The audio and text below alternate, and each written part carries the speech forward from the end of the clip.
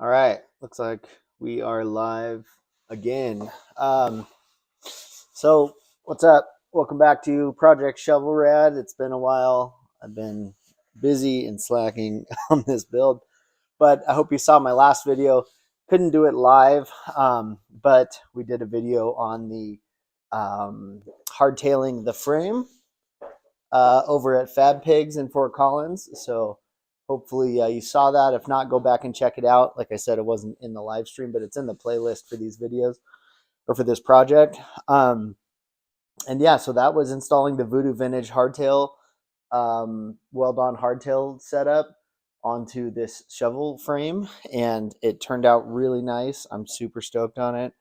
So we'll let's look over that in detail. And then today we're going to tear down the engine, which probably shouldn't take too long, but I need to get parts ordered and get moving on it. I'd like to get the motor and trans in the frame and like mock, so I can do that, like mock that up and then start figuring out oil tank and all this other stuff.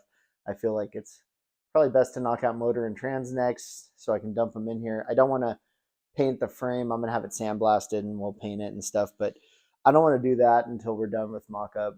I feel like I'm going to be taking stuff in and out a ton, and why just scratch up paint until, you know, it's not that hard to remove the engine and all. Okay, well, let's look over the frame and check out what we got. Let me see. Can I remove this easily? Forget how I attach this camera. No. All right, I'll grab my camera up top. Hang on 1 second, then we'll look over it. Look over the frame setup in detail. So let me switch over to the mobile camera.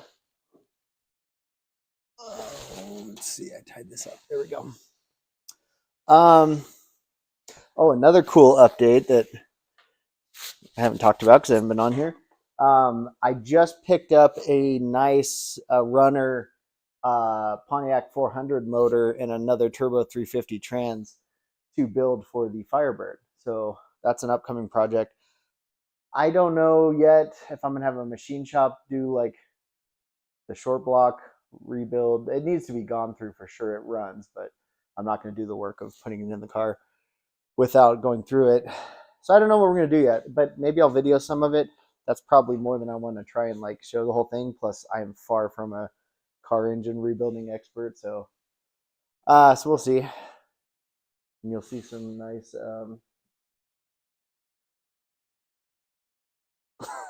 signs on the frame from my buddies at Fab Pigs. Nice. Got plenty of dicks all over this. There we go. Just what I expect from my buddies welding up a frame for me. All right, let's come around here and take a look. Oh, nice. We got little floaters over here. Big old veiny triumphant guy up on top. Nice. Thanks, Matt and Brandon. Monster meat Matty, huh? Right on. Okay, well, here's our Voodoo Vintage MK50 hardtail section. Like I said, watch our last video with Fab Pigs. Brandon gives a good overview of his thoughts on it. He's an excellent fabricator. I am not, but I thought it looked awesome. So nice axle plates here and adjustment system. I got to figure out axle adjusters clearly, but I like it. They look really good. Frame looked really nice. The welds were great. Here's the Voodoo Vintage welds. Killer. What do you call it? The trans cross member is really nice and beefy.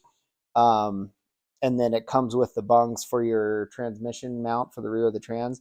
That was really easy. You can see we've got real nice welds here attaching it to the frame. Brandon and Matt did a killer job. Clean that all up. I'll link to their website. I'm actually building their website for them right now, but it's fabpigs.com. So, and I'm hoping they're going to start doing hardtails so people can mail in their frame and stuff and have it hardtailed there. So we'll see. So ignore the big ol' dong up there, but here's where the top of the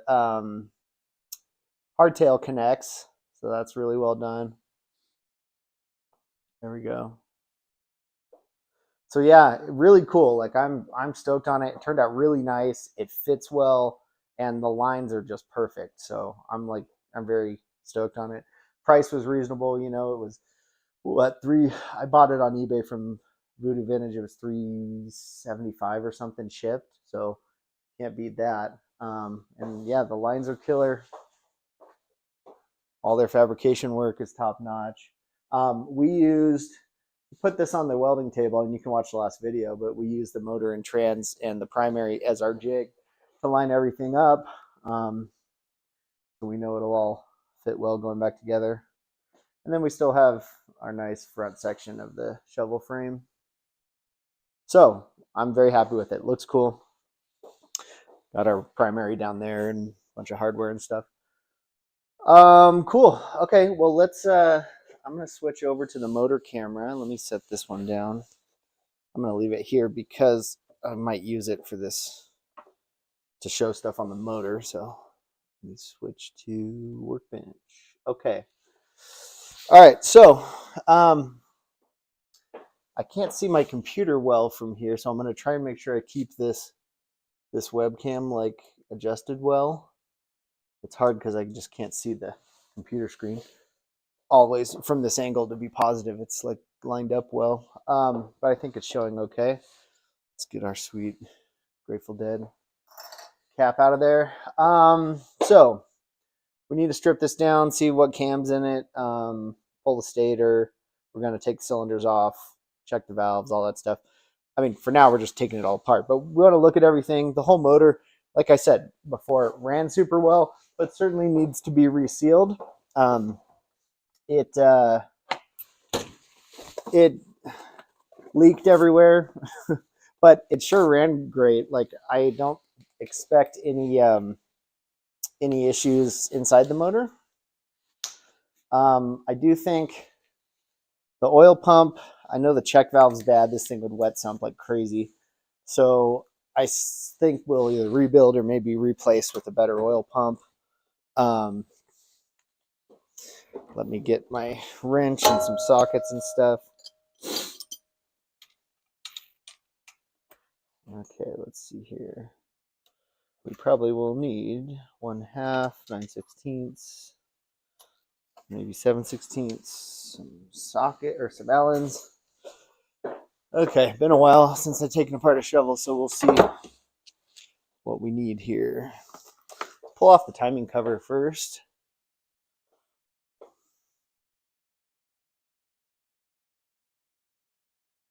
Oh, my arm here doesn't go down very well. Let's see.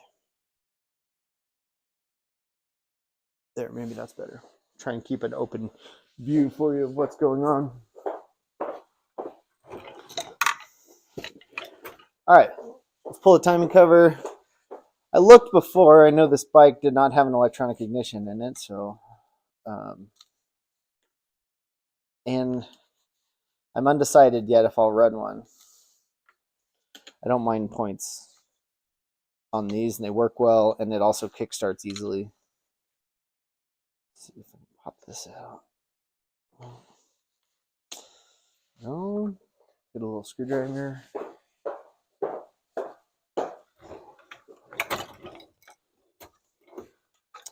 If anybody's joining me live this morning, say hi in the chat. I don't do a good job of publishing or telling anybody when I'm going to be working on this, so. But if you're watching, say what's up. I'll check. All right.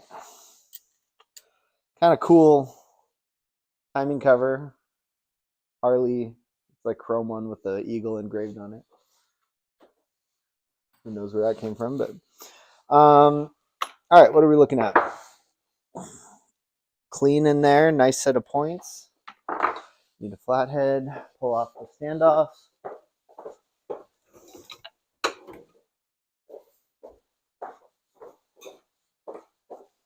Okay.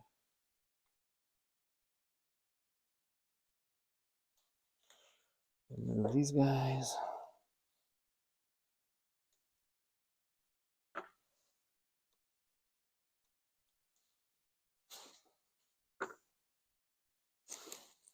Okay, checking my view. Looks like showing the motor okay, so that's good. Okay. You feel like it'd be nice to get a little closer to what I'm doing. There we go. Okay. All right. So points place is loose, but or points plate is loose, but we got to pull the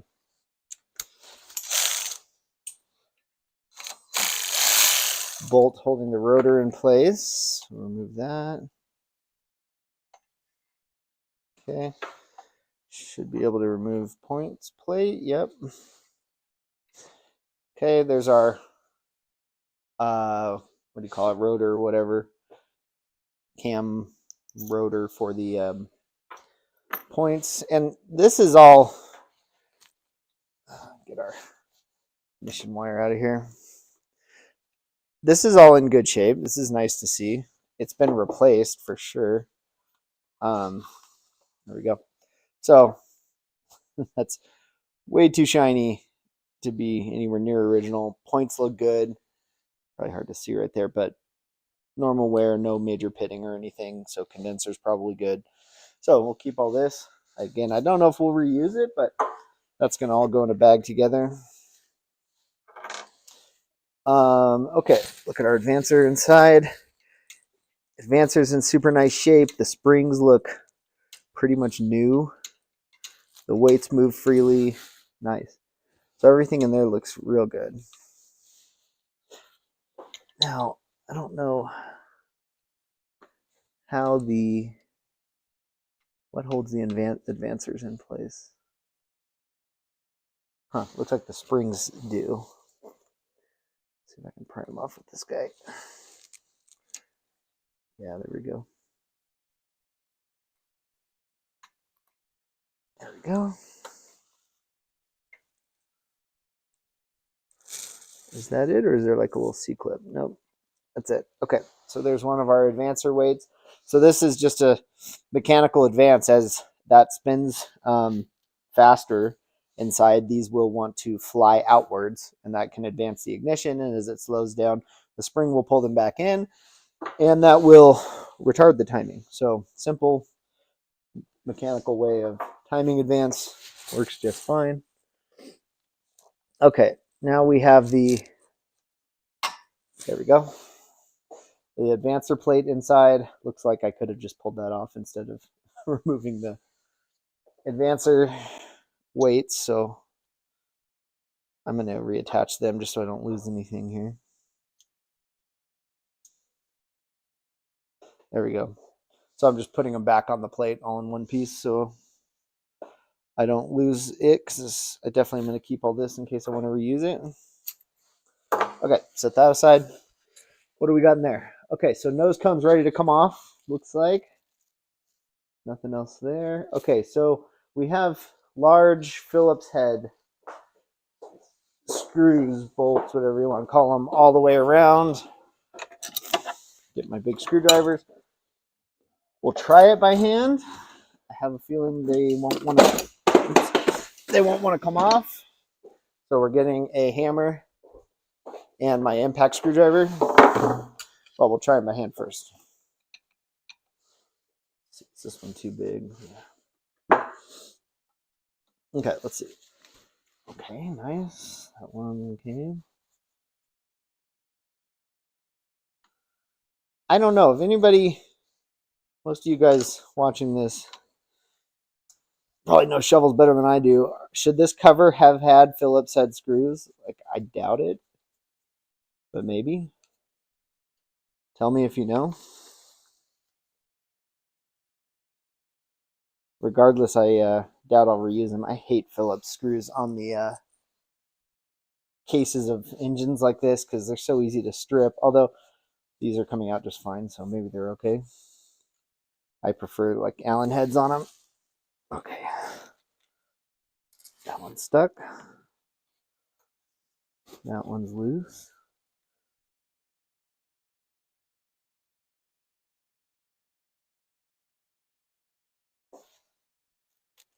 And this one is stripped like crazy.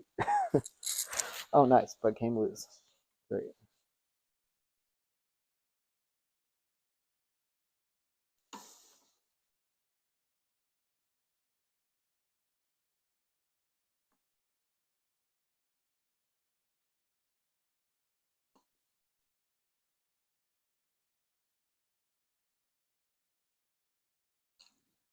Okay, they're pretty crusty, but no major issues here.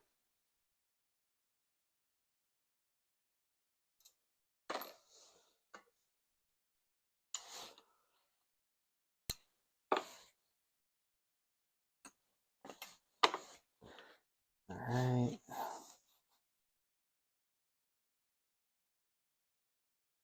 Okay, and then use our impact driver on that one. So if you don't have one, get one of these. These things are awesome. They let you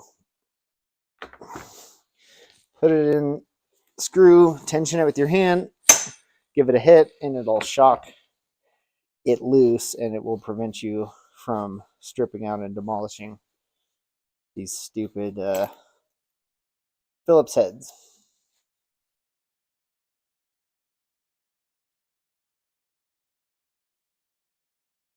Okay, nice. That's out. We'll leave our driver over here in case you need it. All right. Are you going to come off easily or no? A couple taps and see if it moves. Probably going to replace this. It's all chipped over here. I'm likely not too concerned about hitting it. It's already in bad shape.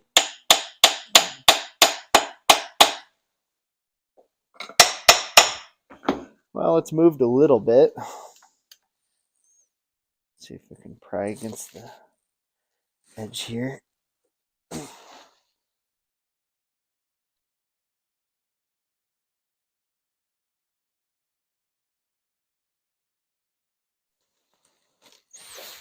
Make sure everything's out. Yes, it is. Okay. So we're just fighting an old gasket, and the rubber oil seal in here is tight on the cam. So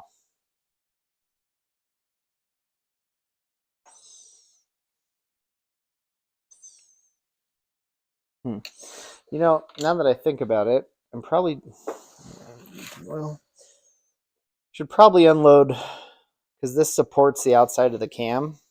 I mean, I've pulled these with the push rods in. I don't think it'll hurt anything, but it's probably better to do the top and let that support the cam, so we can pull the push rods and like unload any tension on the cam. Probably should have thought that through a little better, but that's okay. All right, so change of plans. We're going to pull the top in before removing that. I'm going to set all these bolts out of the way. Okay. Let's see. How well can we spin this?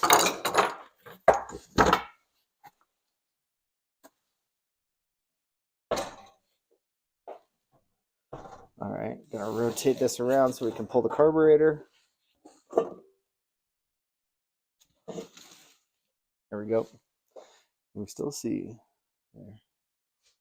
Okay. I'm gonna pull the carb. Looks like those are 1/2. Let's see if my extension will reach.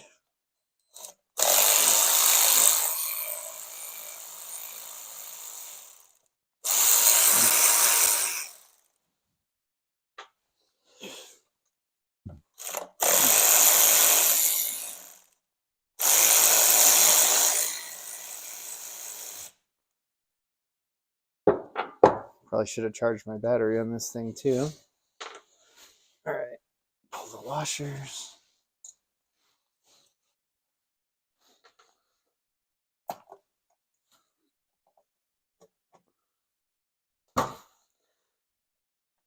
Okay, there's our carb. It's I think the Bendix, original style Bendix carb.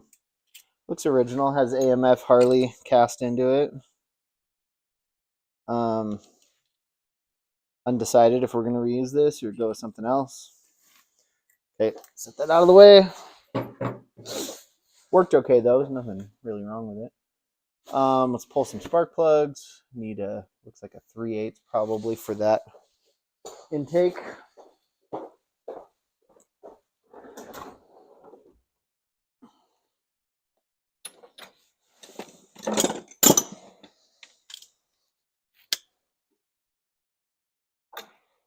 Get a longer extension. Okay.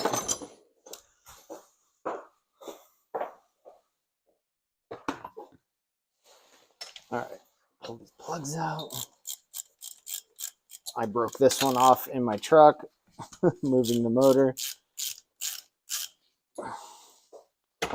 But luckily I just broke the ceramic, so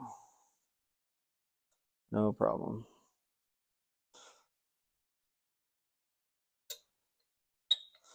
Okay, and to save money, we're going to fix this spark plug and reuse it because we're on a budget. No, just kidding. Okay, this thing's screwed. Yeah, so trash these guys. Okay, plugs out. Let's see if I'm right. Is this a 3/8? Oh, shoot. I need a 3/8. It is 3/8, but I need a deep socket.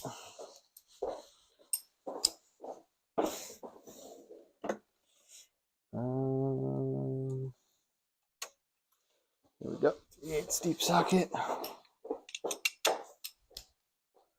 Nope, wrong one.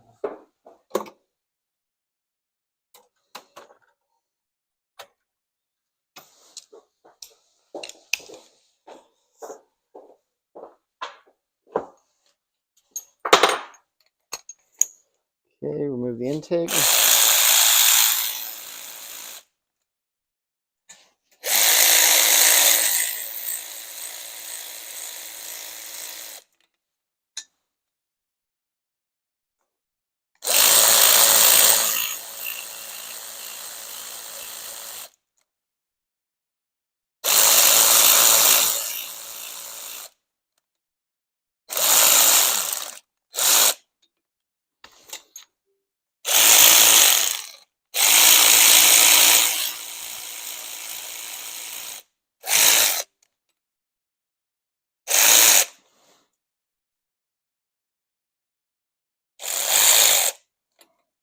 Okay, that's loose.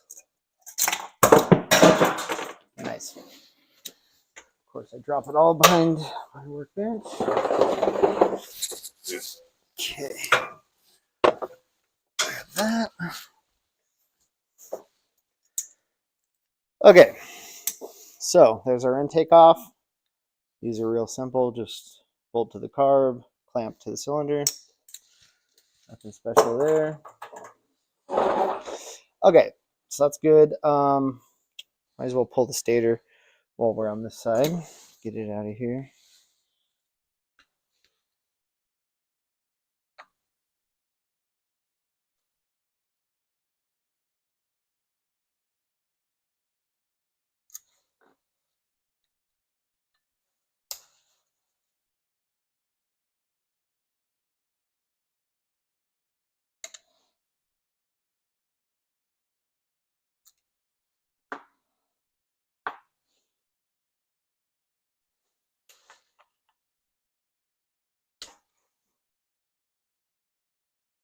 I'm not sure what these little metal plates are. I think maybe you're supposed to bend them in the side to pinch the screw so it can't come loose, it looks like. So there's some sort of locking tab, which would make sense, I guess. Like, you really don't ever want a stator mounting bolts to come loose and hit the flywheel. They cause all sorts of problems, which I have seen happen many, many times. All right, let's see. Pull. It's gonna fit. No. Smaller screwdriver.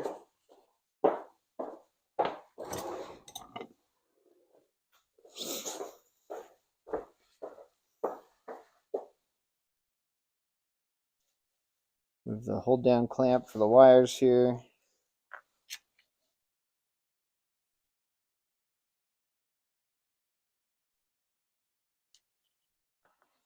Okay, so there we go.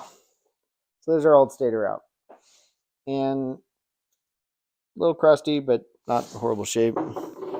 Certainly would be usable, but we are going to do a charging system upgrade on this for sure. I'm going to put the wire clamp back in place.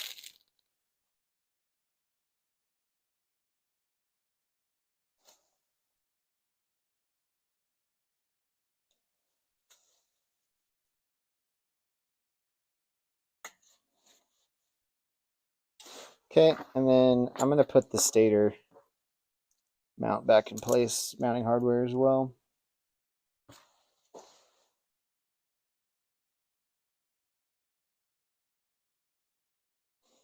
Not going to hurt anything to have it there, and then I won't lose it.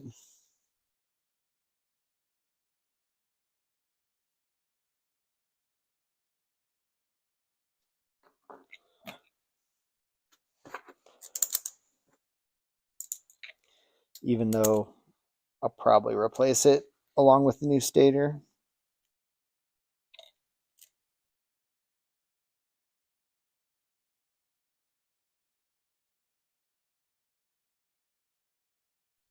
Okay, there's that.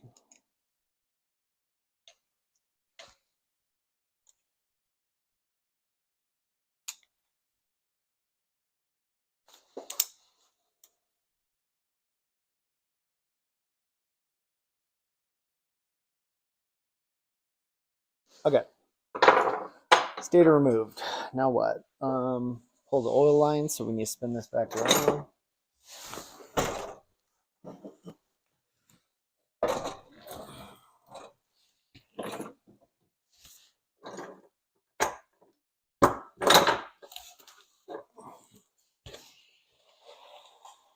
Okay. Still have a good view. Looks okay. There we go. Okay. Get some wrenches. Pull the oil lines.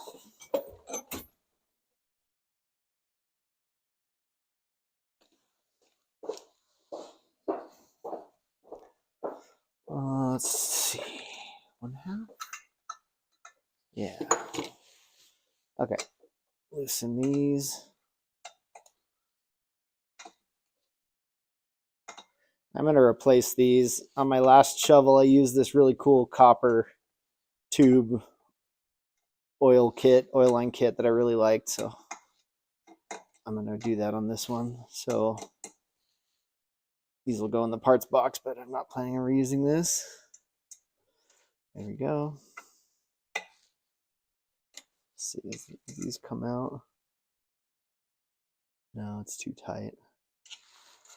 Okay, well, it's loose. Now when we separate them, that can come apart. Undo this.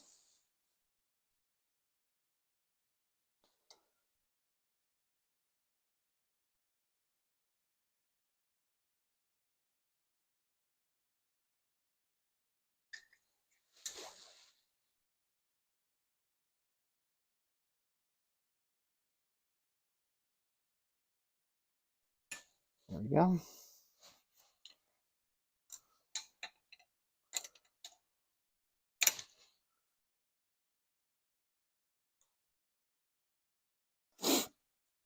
Well, they're super crusty, but somebody put a chrome oil line set on here at some point. Oh, there we go. Get it loose enough. Okay. Well, top line's loose. Not enough I can remove it yet, but that's okay. Okay, so I guess we can look at. Let's see if we can do this right. Hopefully these are pretty loose. I'm gonna pull the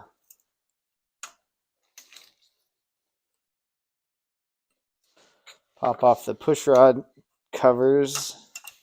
Let's see, adjustable push rods. I mean, those would have to be changed, right? I don't think Shovelheads came with adjustable push rods. I guess I don't know for sure, but I doubt it.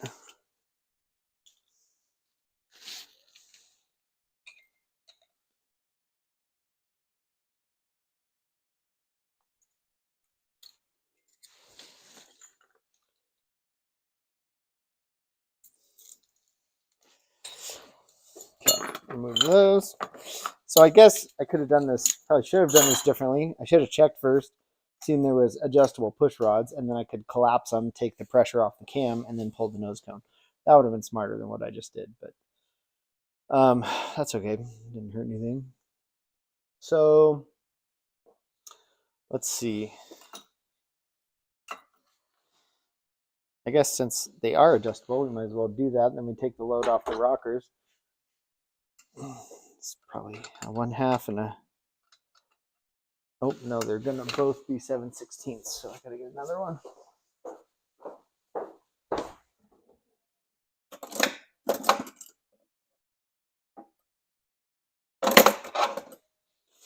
Okay.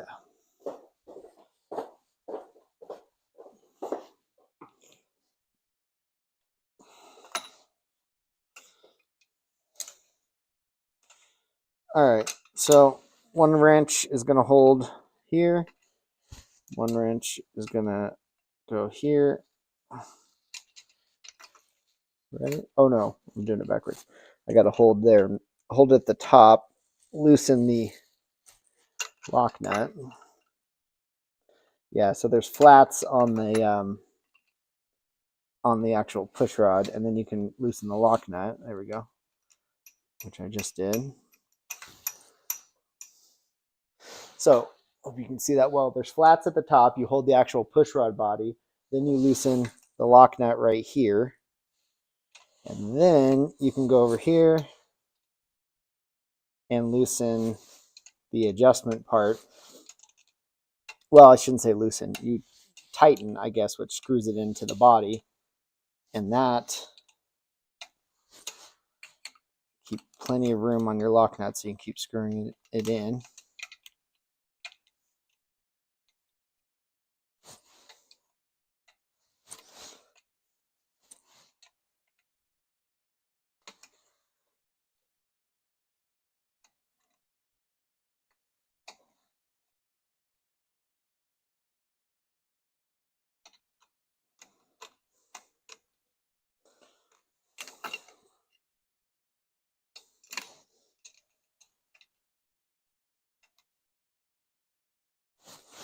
And you just keep going until you've unloaded the lifter. And you'll get to that point, you'll feel it, and then it'll be able to spin by hand easily. Like that.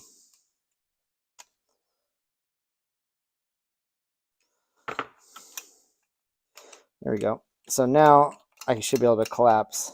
I'm going to screw the locking nut all the way down. I'm going to hold the base, and then I'm going to screw the pushrod body all the way down. And we'll see. Some of these are short enough that you can collapse them to the point you can remove them. You can remove them from the motor without removing the rocker cover.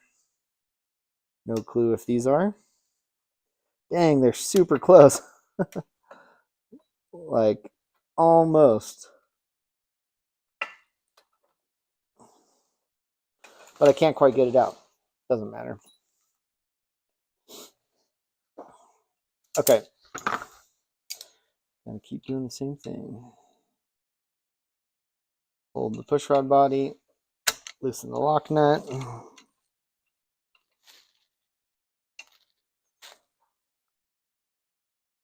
Come on.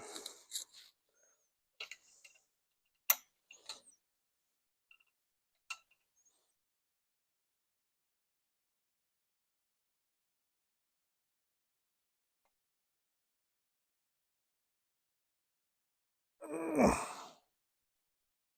see here. Sorry, I gotta get in the way.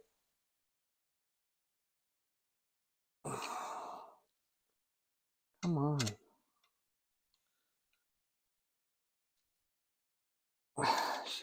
Don't want to round it off, but this one's really tight.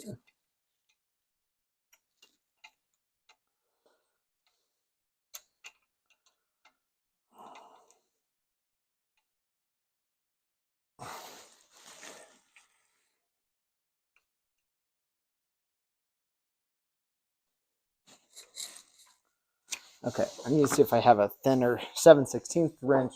The flat part on the pushrod body is so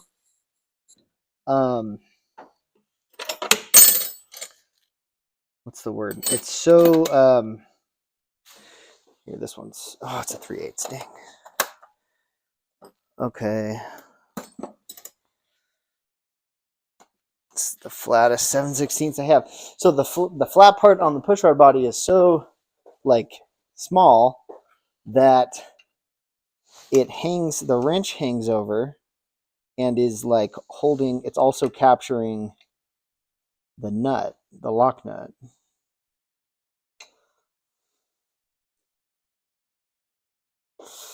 So I have to get it just right.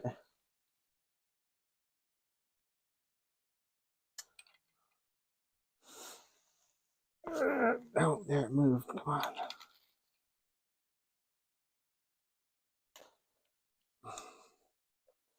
See, it's wedging the top wrench in place between the nut and the pushrod flats. Dang, come on.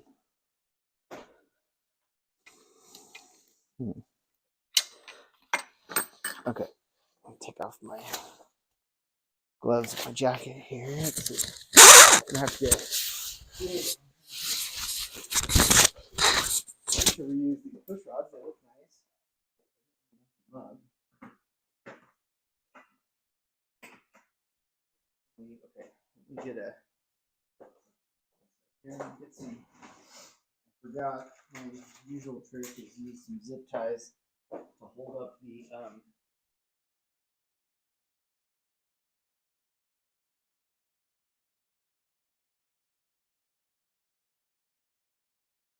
hold up the push rod tubes. This, clamp them together with the zip tie. Then they're not constantly sliding down and fighting you.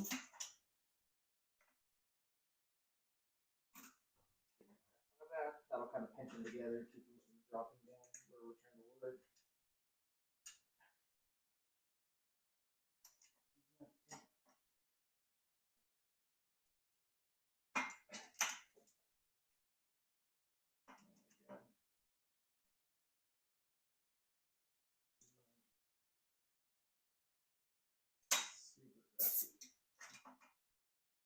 What's up?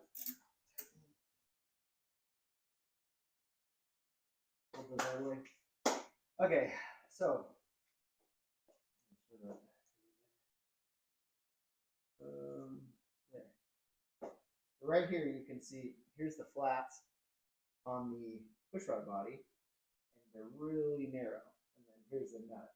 So you have to capture that flat and then break this loose. But even my smallest 7/16, when I capture the flat, it overhangs onto the nut. So that's still kind of like locking the nut in place, even when my other wrench is trying to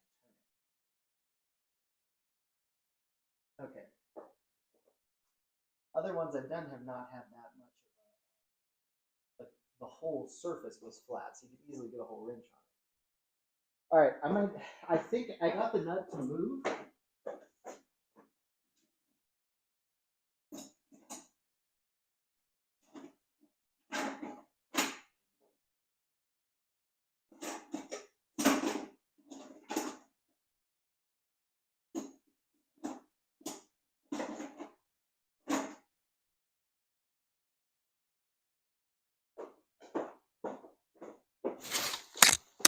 Sorry.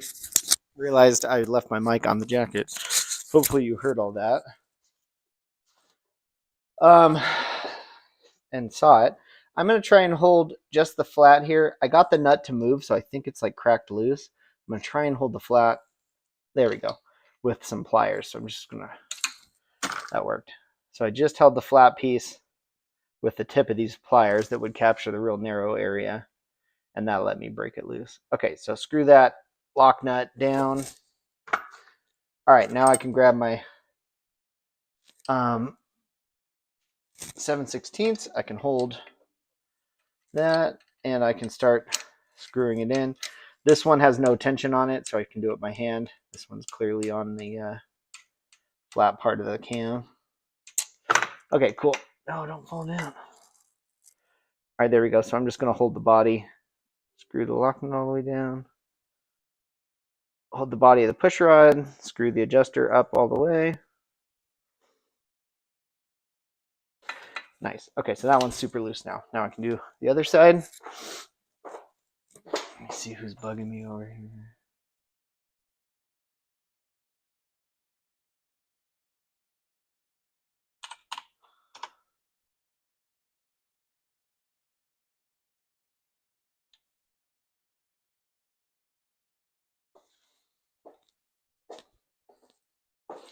All right, back over to these. I'm going to try my trick again, see if that works well, if these are loose enough. I'm going to hold the flats with my pliers and try and crack it loose.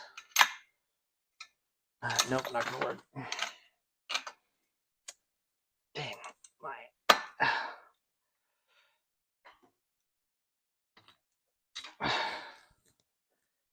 Tubes are falling down. Okay, all right, well, let's see then. We'll try and hold it with the wrench and get it started. If we can just get it to break loose, the plier trick should work okay. Dang.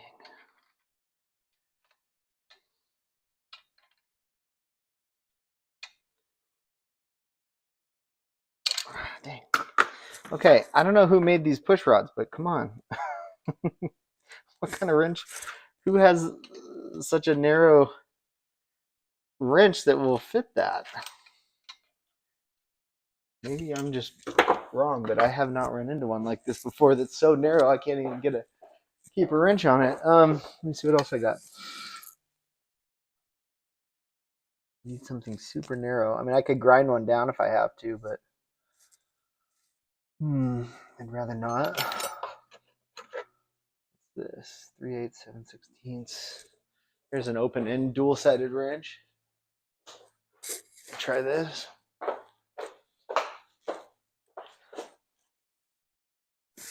It is a little narrower than the other one. All right, my zip tie idea is not working this time.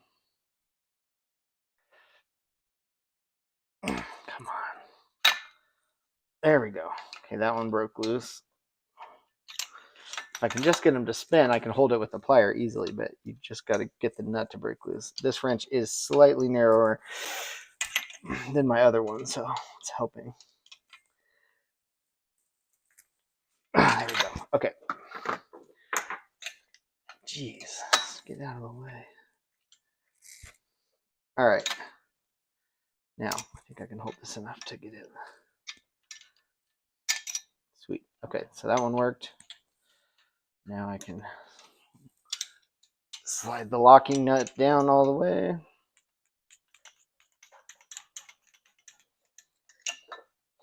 Well, now I want to know if I'm totally wrong or not. Are these original for... I have to look this up. Would a 76 shovel have adjustable push rods? Like, I really don't think so. But I think my old shovel did, but they were clearly like a S&S or something. And I've installed many S&S sets on my Evos.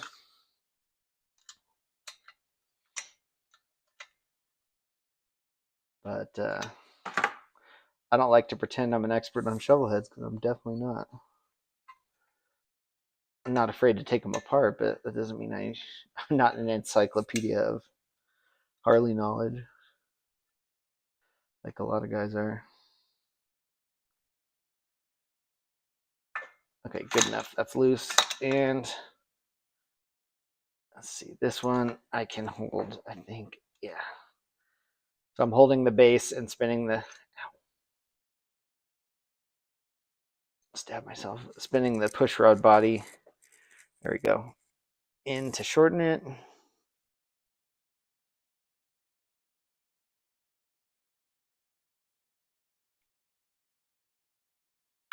Okay, good enough. All the tension's off of it. Okay. What do I do with my paper towels out here?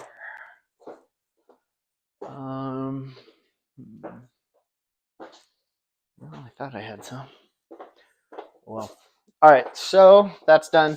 Now should be no problem to go ahead and remove the rocker boxes. We could remove the nose cone too, but we'll do it up here first. Okay, so I'm showing this whole top. I'm gonna start breaking these loose. This should all be 1/2 nuts up here.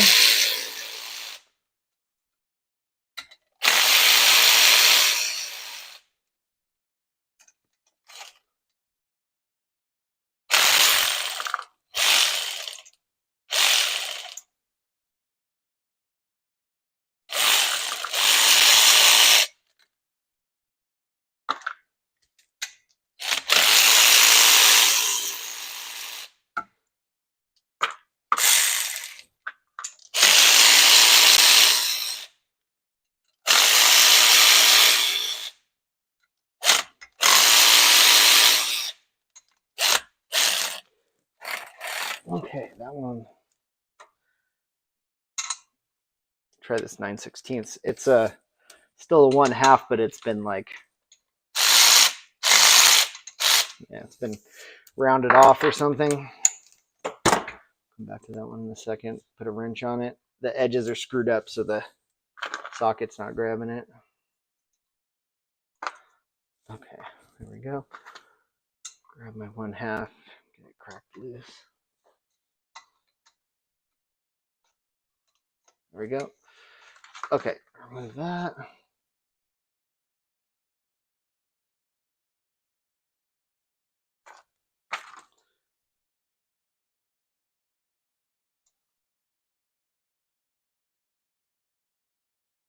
Okay, that's out. Now, I'm trying to remember. It's been a while since I've taken one of these apart. Don't think you have to pull these. These are what hold the rockers in place. Is that right? I don't remember.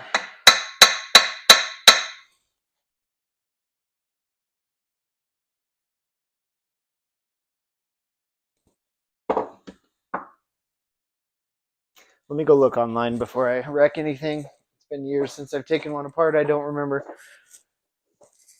I think the head just, or the rocker box pops off like that, and the rockers stay installed in the box from those bolts. But I want to be sure before I start hitting it.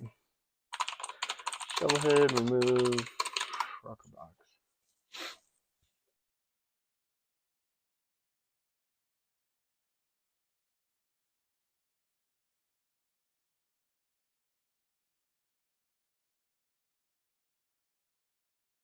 Valve is in the, move on to the next one.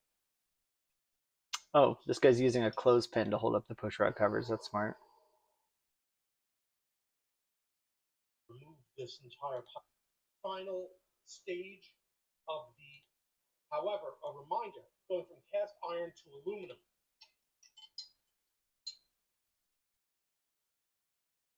You put one of these engines together, you got to with the seal here. Off, there's one more thing up. Fine. Just the head looks good. Let's bring it. That guy's removing the head with it.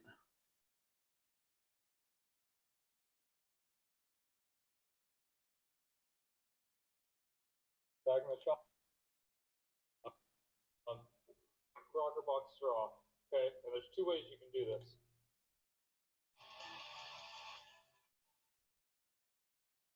This motor's still fresh over here, but this needs quite a bit of love, so I'll end up taking the heads off on this later too. I think I'm actually gonna do a little. There one more in the center I'm missing. Yes, of course. Okay, one more.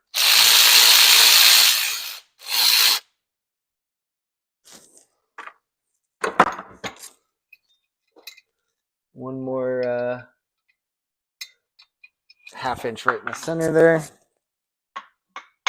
Yeah, of course, then it comes off easily. Okay, should be able to, there we go, get the oil line out of the way. All right.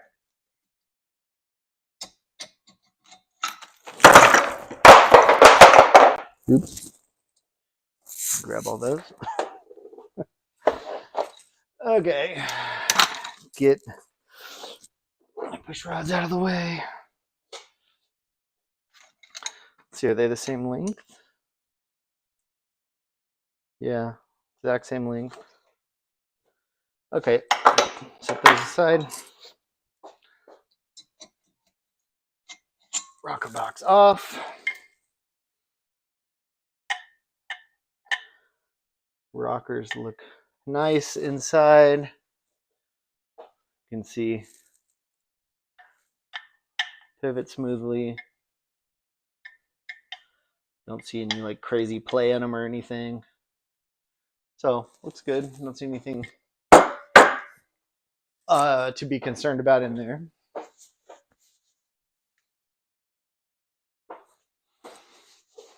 Okay. Yeah, let's see.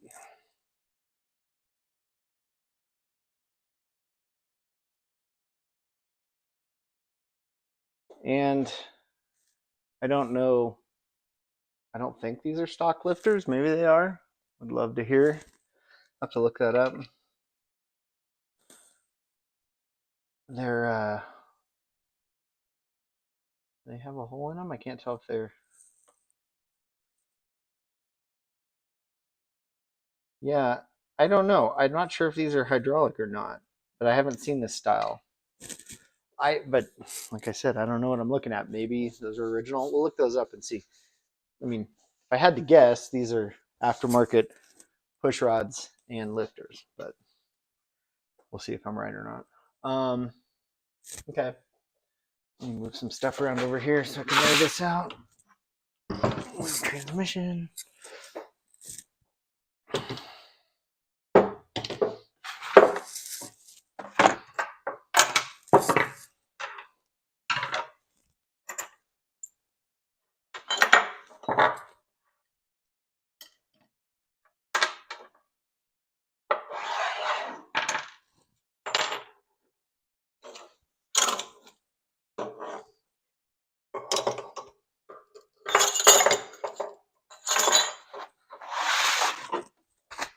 All right.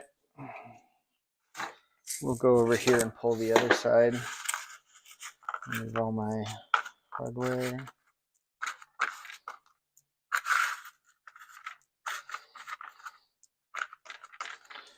Okay.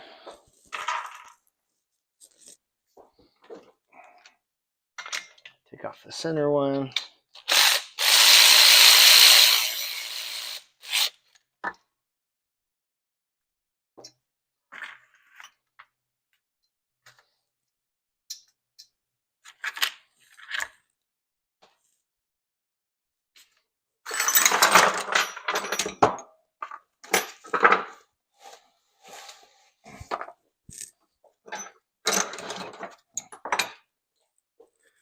Showing all this okay. Looks like it. Okay.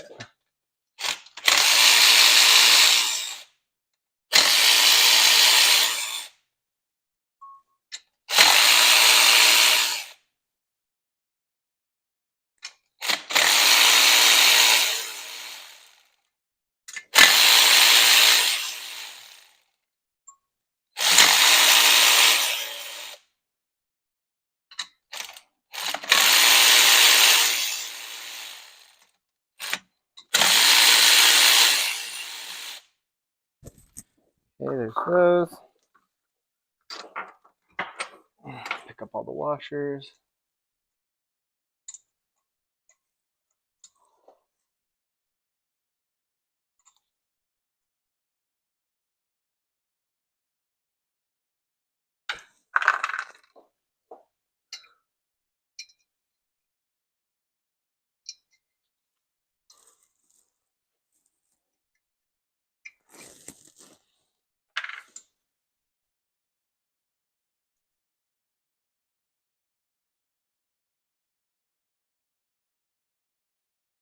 Okay. Okay, we'll try and hold the push rods this time. Oh, come on.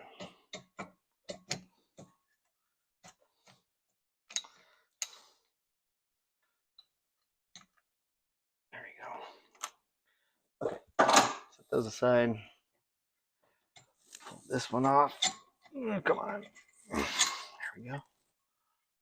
Let's see. Same thing. Looks good. Clean pads on the rockers. No crazy play or anything. Nice. Okay. Of course. Drop another push rod. Okay, set those out of the way. Get rid of these. Probably good gaskets, but we're replacing everything.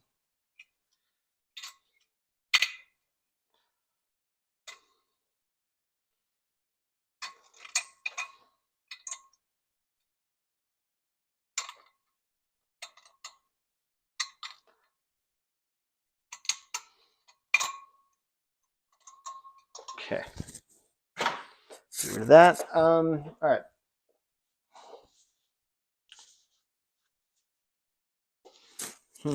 Let's pull.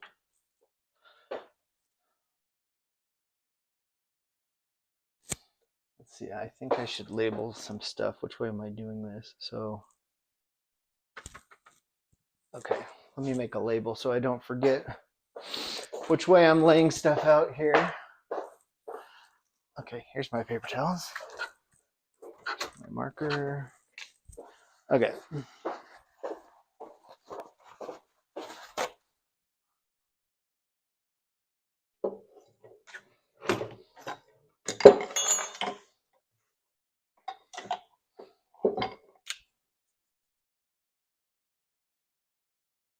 Front cylinder. And okay. Drop my push rod again. Rear cylinder. There we go. Okay. So I labeled those so I won't forget. Pull the lifter blocks. Let's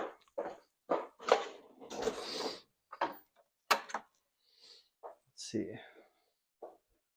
5/16, I think. Yeah. Okay, move all the hardware.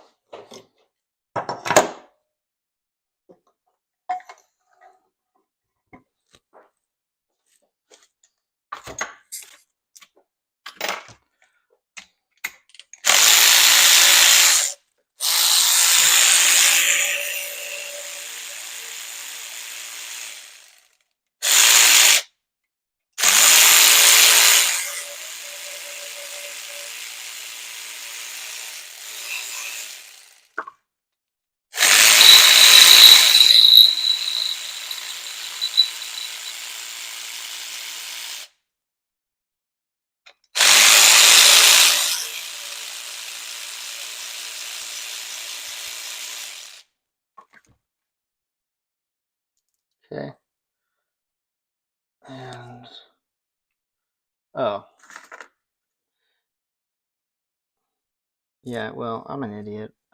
I forgot I didn't actually take out the roller assembly underneath. I was just looking at the top. So there's the oil hole. So yes, they're hydraulic. Jeez. Okay. Anyway, so there's our lifter block out. Everything looks nice there. Don't see anything crazy. No weird wear on the rollers. They're not, there we go. They're all shiny, smooth. Move smoothly in there. Everything looks good. Front cast into that. Nice. Okay, set the hardware over there. Good. Still no surprises. I like that. I can see the cam. We'll look at it in a second, but everything looks nice in there.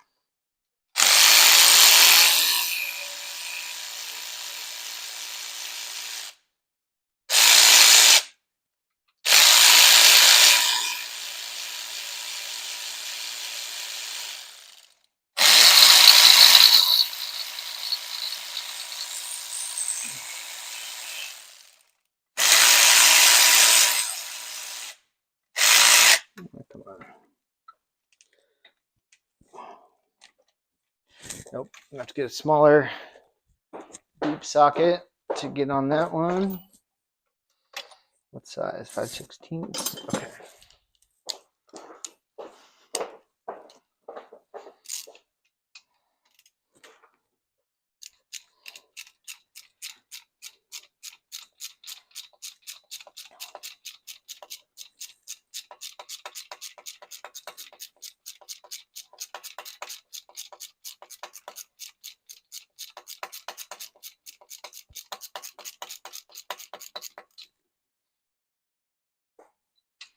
Still not loose.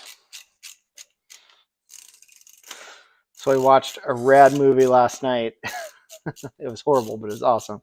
It's called Beyond the Law from like 92 or 93 or something with Charlie Sheen, where he's an undercover cop that goes undercover in a biker gang. It's horrible, but it's awesome. So, highly recommend watching it. I love crappy like 80s, 90s movies, action movies like that. Excellent. Okay. There we go. So, let's look. Same thing here. No surprises. Smooth. No weird wear or anything. That's great. Might replace these anyways. Like lifters are not very expensive and they're not something you want to fail. So it's kind of thing I feel like I usually replace when I do a cam or something. But I don't think I need to. Like none of this looks bad. It's all perfectly usable. So I don't know. We'll see. But I want to do it right and have nice parts on it. So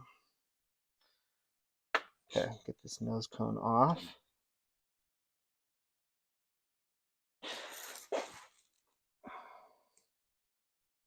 Yeah, mostly just fighting the oil seal here, looks like.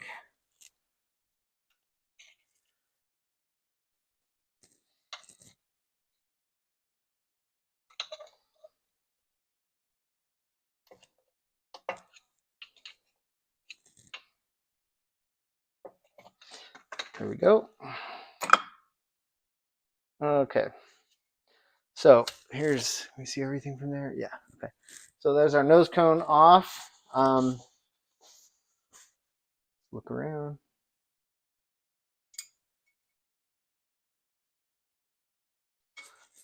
Little shim here for the oil pump breather, right? That's the breather timer gear. Bushing looks good for the cam and the crank.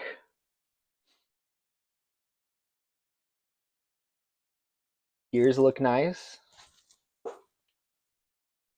I don't see anything bad in here at all, which again is what I expected. It always sounded good and ran good. Gears look nice. Gonna be hard to turn now, but oh yeah, we're right at the timing mark. So there's the timing mark on the breather, timing mark on the cam, second timing mark on the cam, timing mark on the crank. All were lined up. We're actually just like one tooth off of them, so we can tell. So cool. I mean, that's what I expected. I didn't think they were out of time, but nice. Okay, all that looks good. This nose cone's perfectly reusable. Like there's nothing wrong with it. But it's chewed up like we saw on the outside. Gonna set it here with all our timing components and stay together. Okay. Might as well keep some of this oil back. All right. So looks good. Go ahead and pull the cam out. I don't know if we'll replace this or not. I gotta see what it is. I don't see any marks on it. Looking around it. Oh no, wait. Right there. A. There's a, looks like an A mark right there. So I'll have to look that up. I assume that's a stock Shovelhead cam.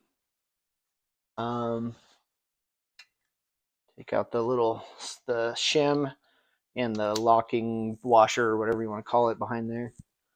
Set that out of the way. Bearing looks perfect inside.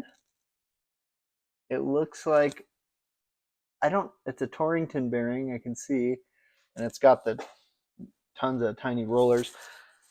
I remember on Evos, like I always changed out with a cam because they were known for a problem with that bearing. That looks good to me. I'll have to do some more research and see if like that's a particular problem on a Shovelhead. I don't think it is. Go ahead and remove the breather. This has a metal breather, which the Evos had plastic and it was common to change to metal. I don't know on shovels. We'll see, but this looks nice. We'll reuse that. No problems there. So good. Everything looks fine in there. All right, let's get the heads off, the cylinders off, and the oil pump, and then we've pretty much disassembled the motor. Okay, heads. From what I recall, we have to pull these. There's bolts here that hold the heads from below. And if I remember right, you pretty much have to use a wrench. I don't know. We'll see if you can do this with the socket. I don't recall. I remember it's like real tight though. And if I think I have to look. I think I ground down. I got to go look. I have some wrenches I ground down for this exact job, I think. But we'll see. If we can do it with the socket, it'd be easier for sure. Try that.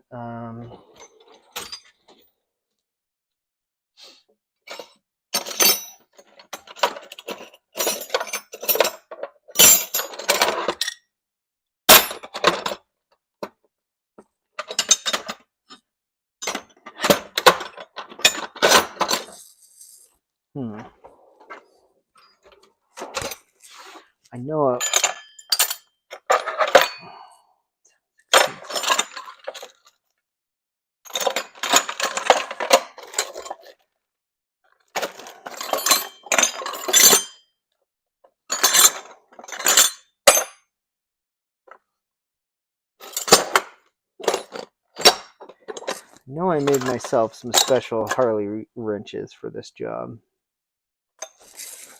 Okay, well, let's see if we can do any with the socket wrench. Kind of doubt it, but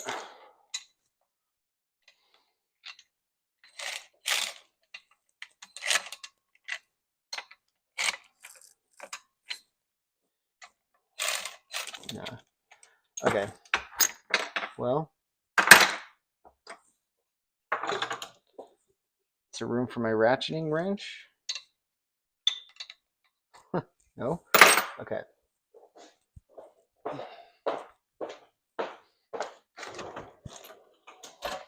Shoot. I know I would have kept them. Okay, well, let's get a 9/16 and see what happens.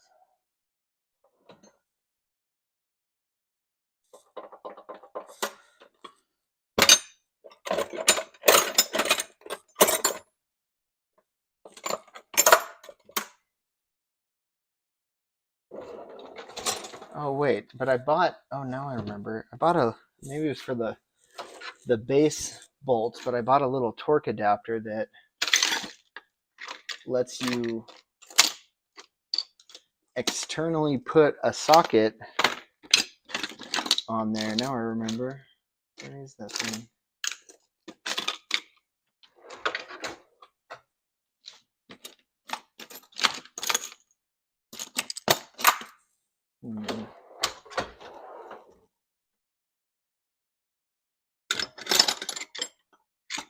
Oh, there it is. Oh, it's a 7/16, so it's for the base. Okay, so that's fine. Oh, and this doesn't have it. So I remember my, it was an S&S motor though. My other one I got this for so I could grab these guys. They were 7/16, but that's not the case here. Okay, so that's fine. We're gonna have to just get creative with this and probably knock these loose.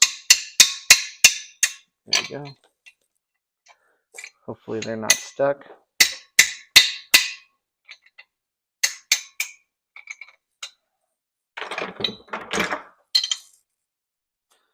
I don't love this system.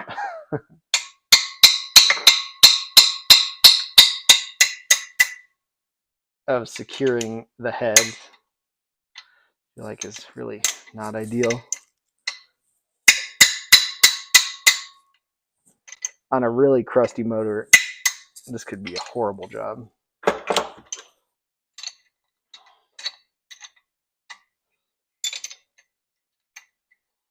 And we could just pull, we'll do it like this. We could just pull the cylinders and heads together, but make it easier. This holds everything up while we take it apart.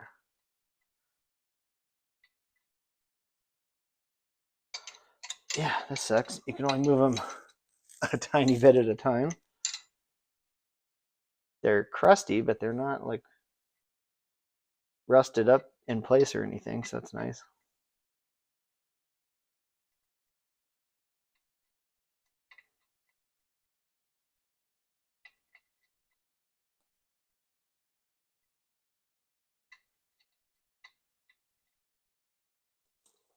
Dang, come on.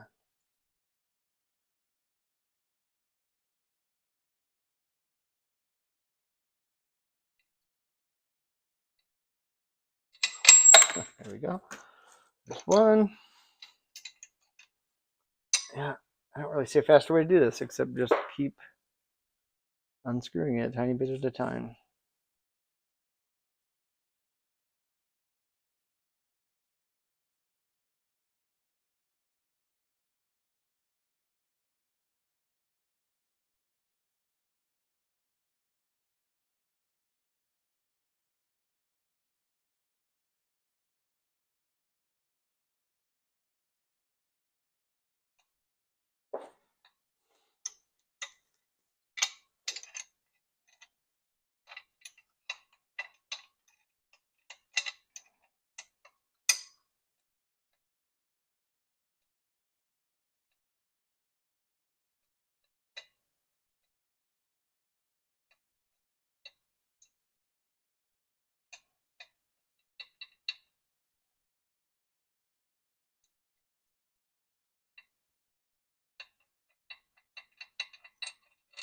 There we go. Yeah, it just sucks no matter what. There's no nice way of doing this. You just have to sit here, keep loosening.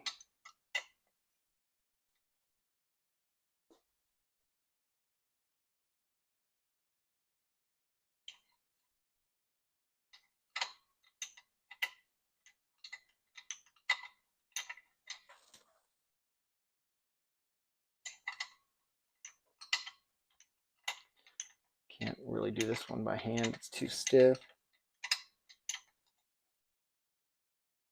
There.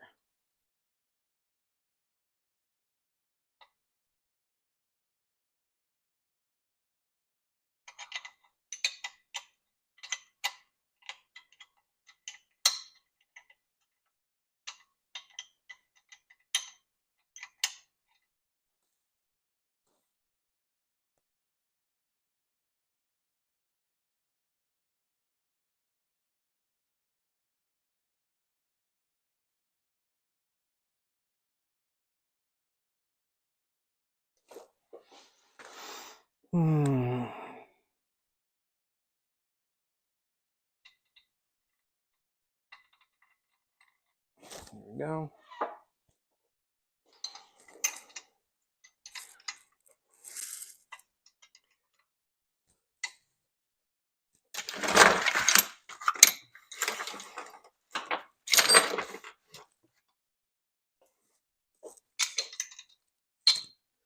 Okay, might as well sit down. This part's gonna be slow no matter what.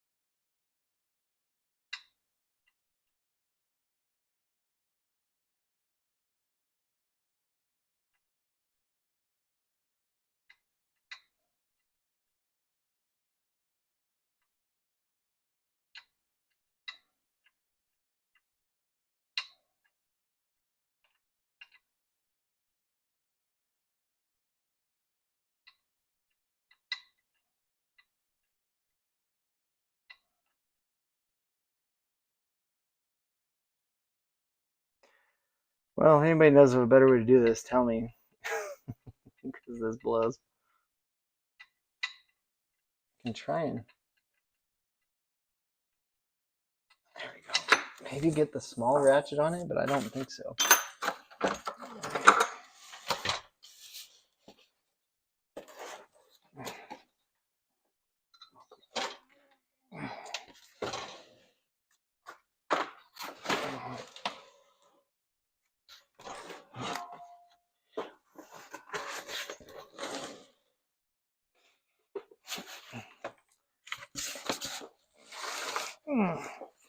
Still see? Yep. Okay.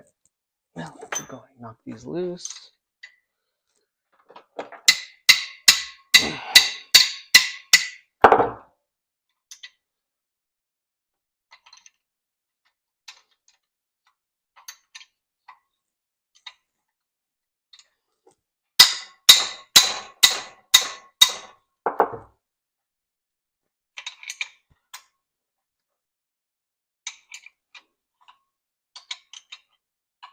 Okay.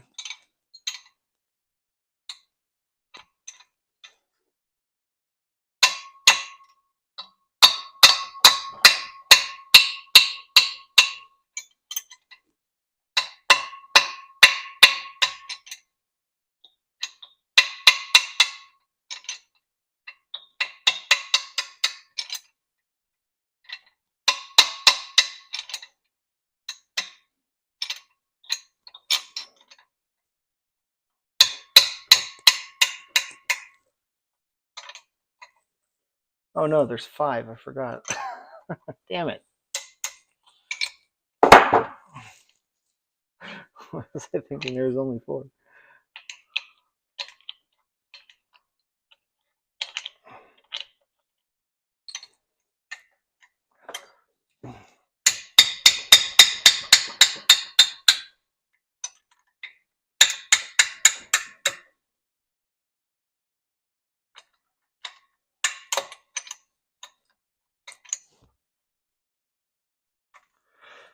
And yeah, I forgot. This bike was ridden through mud.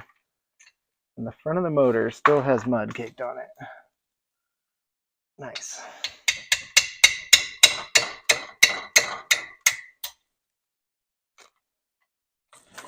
Okay, let's see if I can get a socket on any of these.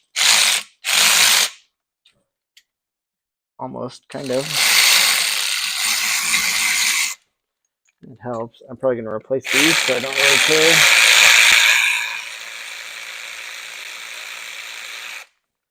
So much faster.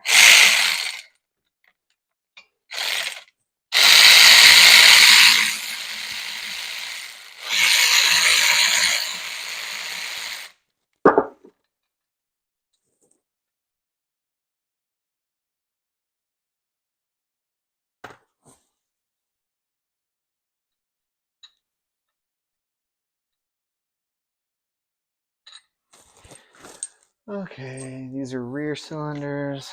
That's not going to work. That's not going to work.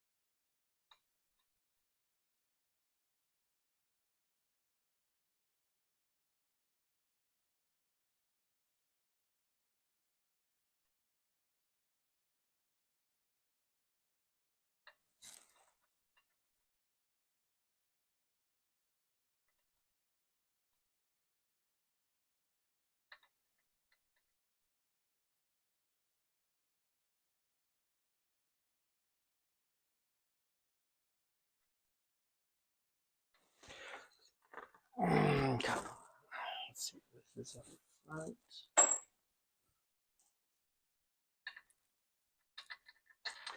Okay. Is that all of them, right? Yeah. Okay. Ah, jeez. Okay. So there's our rear head off. Let's look. Nice. Looks good. Nothing crazy in there. Valves look nice. Cool. Okay, set that aside.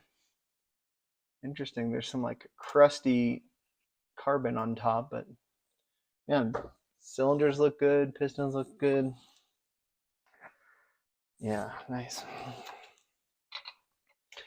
think that will continue with my thought that we don't really have any problems here, but we have pretty crusty cylinders. The heads will clean up fine. Cylinders, man, I don't know what to do. I would like them to look nicer.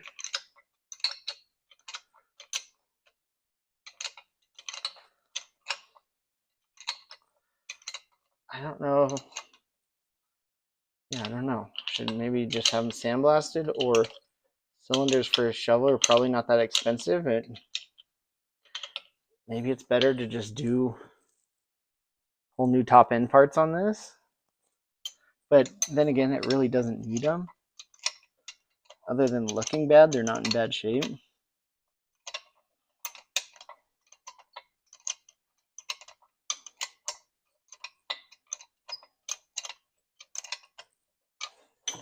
I don't know. I got to figure out a parts budget on this and see what's worth doing.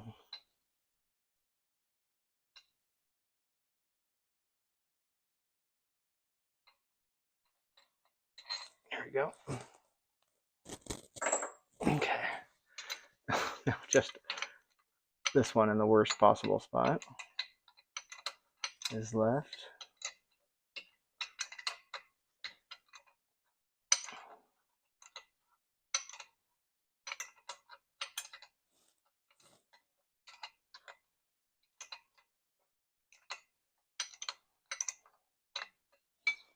Oh man, can I maybe get my hands on it? No. Oh, this is horrible.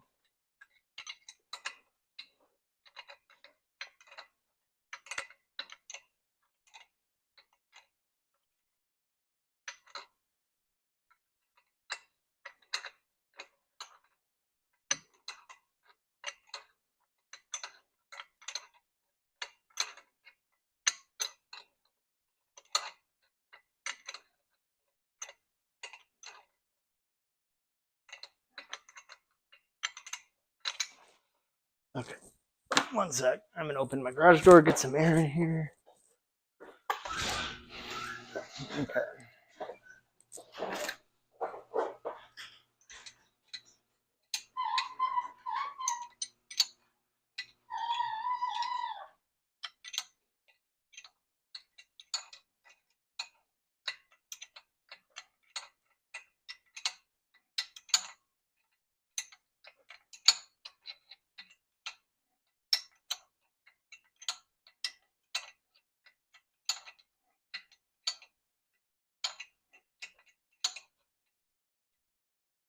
Dang, almost.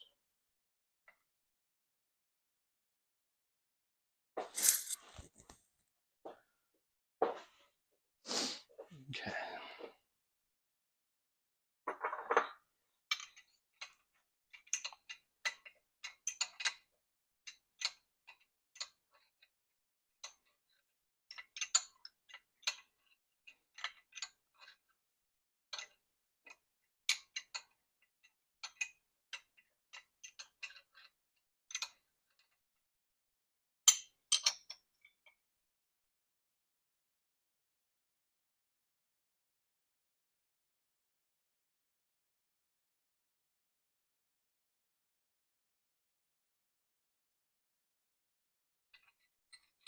There we go. Wow, that sucks. Okay. Nice. There we go. Once again, head looks good. Valves look good. No problems. Okay, put it on the bench. All right, now I think these are 5/8. Yeah, so now, are they? Dang. Well, these castle nuts are not. The original nuts over here are. Nice. Thanks, whoever did that.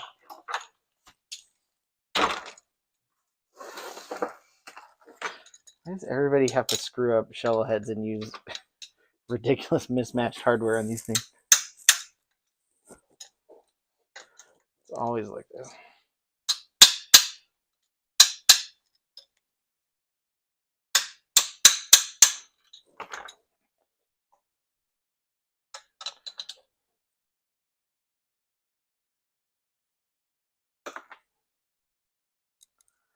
Does like an all original Shovelhead, original hardware, even exist anymore?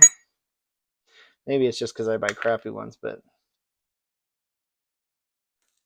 they are always so janky with so many random fixes and bolts swapped and missing parts and shit.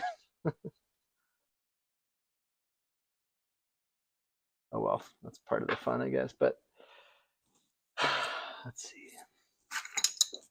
This one I want to put back together with new hardware probably on everything because I intend to keep it and ride it a lot, and I don't want to deal with any of this crap if I ever have to fix anything.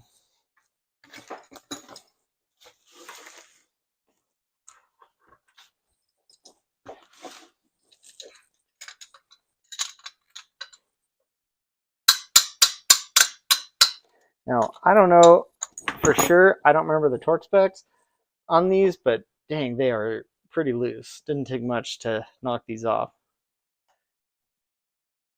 My guess is they should be tighter, but who knows? Okay, remove those. This is the front cylinder. Okay.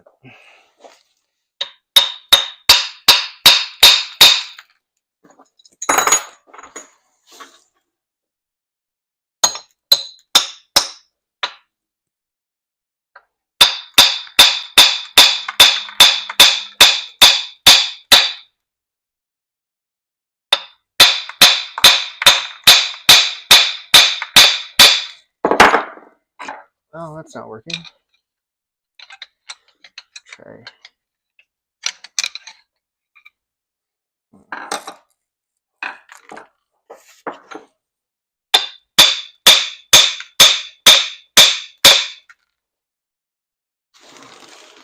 Over here.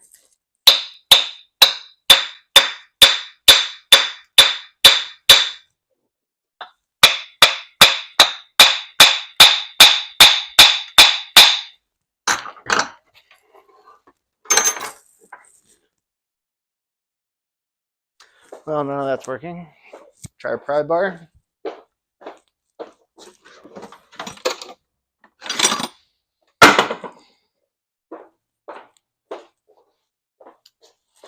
Let's see if I can get a grip on anything here.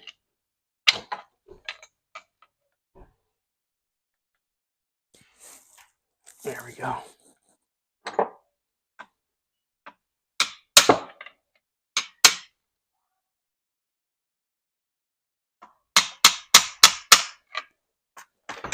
Well, I lifted up the back. Let's see.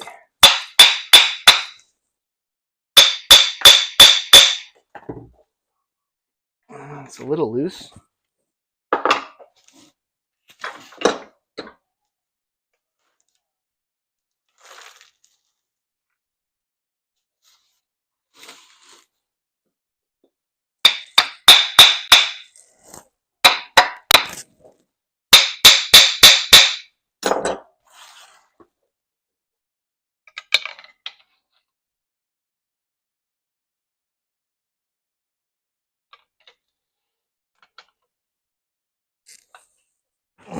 Come on.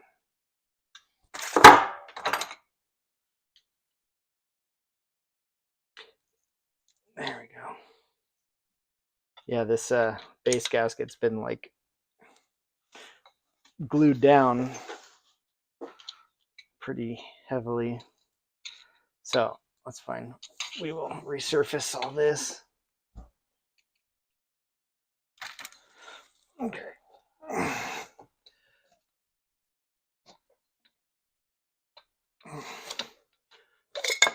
There we go.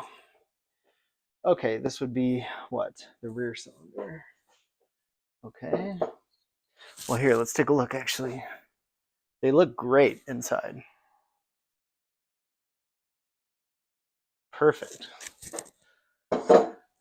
So dang, I mean, I was kind of hoping for a good excuse to like replace stuff, but there's nothing wrong here with any of this.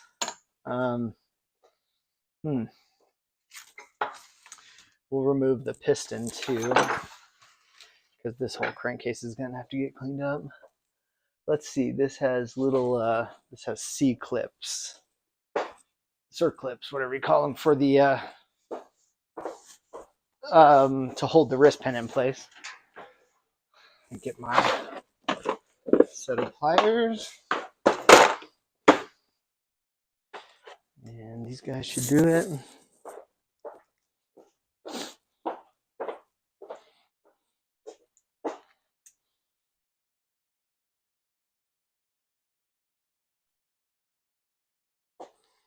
Okay, so I'm gonna get my C-clip pliers. Let me spin them around so I can see it well.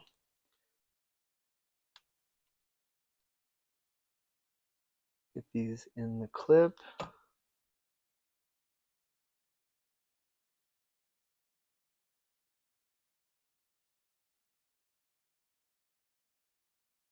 Collapse the clip, pull it out.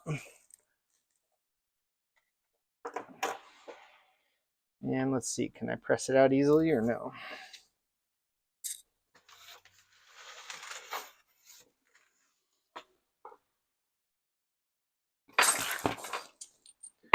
Oh, looks like the Crosman's home.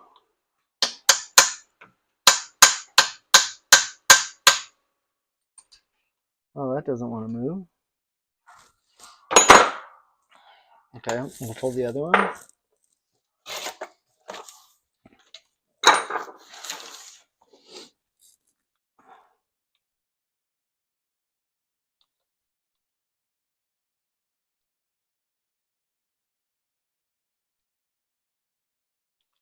Okay, so our other clip. Now, can I push out the other way? There we go. Okay, there it is. KB on the piston, 263. So that's almost for sure a replacement piston.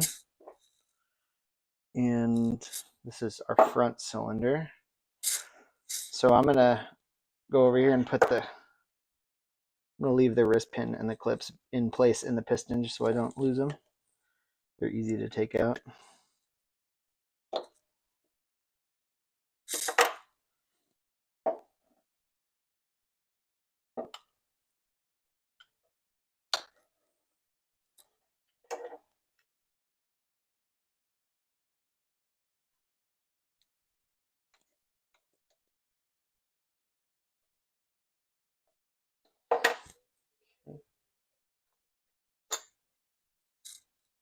Okay. All right. Let's remove the other one and then the oil pump, and we're done.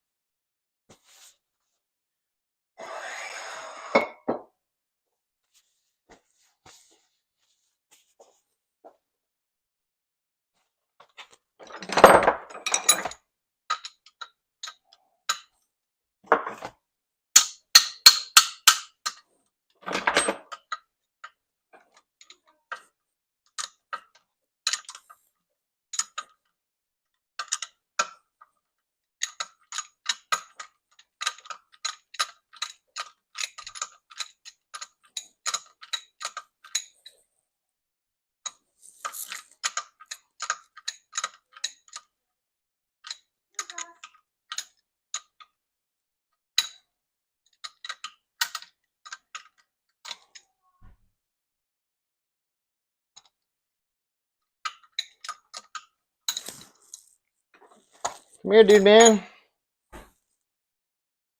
Crosser. Okay. Hey, buddy. Cross was at the trampoline place, so I was hoping we'd get an update. Let's see. Oh, it did fit. Okay. So here's our rear cylinder. Okay, so I got to figure out what size these are. Like I said, the 5/8 does not fit. I don't know what those are.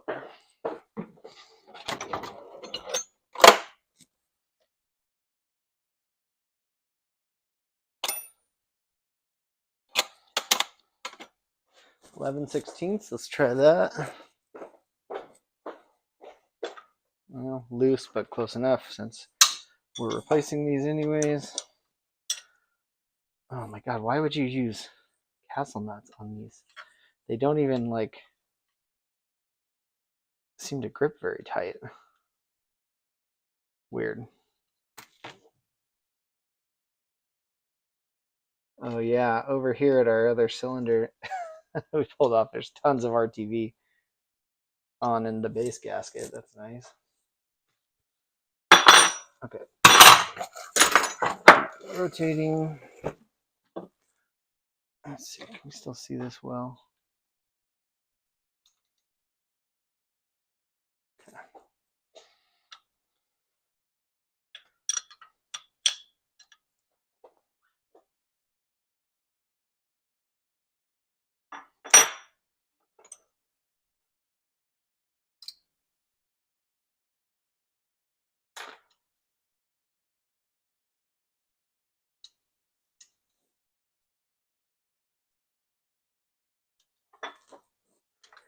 Okay, and last one.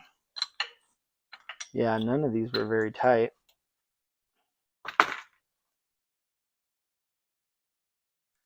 At all. Okay, those are all off. Now let's see how stuck this one is.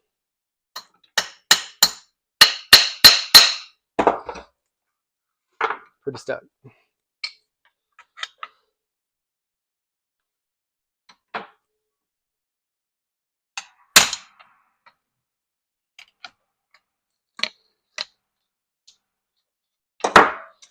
Let's see, where can we get a good... Oh, here we go. Get a little leverage over here. This one lifted.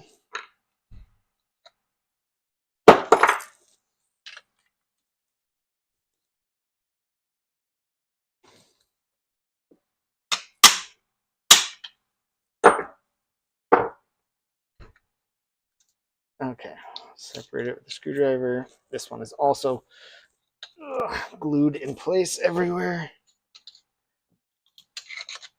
There we go. Oh, okay. And also looks good. Very clean inside. Good bore. Other than some carbon, piston also looks good. So rotate this. Here is our C-clip inside. Right in here. Gonna grab it and remove it.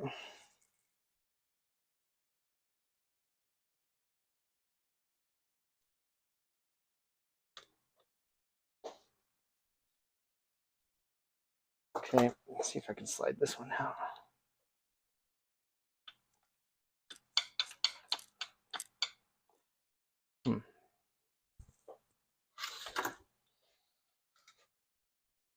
It doesn't want to move unless I remove both clips. I don't really understand. It should push right out.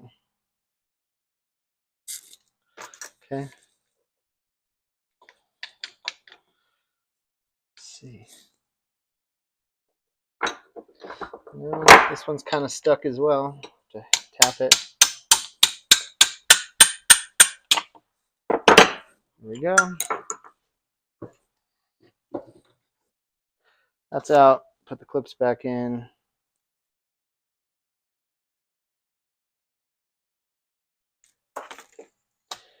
Matching piston with KB on it.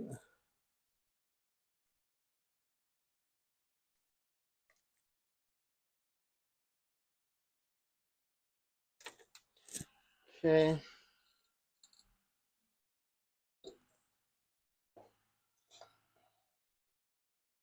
Okay.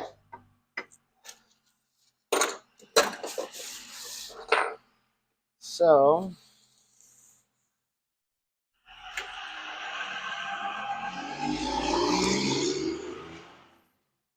all right, there's pretty much most of our motor disassembled.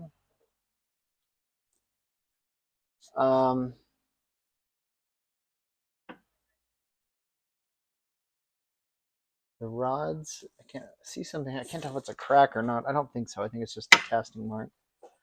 Yeah, it is. Okay. Let's roll this over and look. Man, I don't know. Is that a crack? I don't think so. It's kind of hard to see, but there's a rough spot here that I think is just a rough edge of the casting.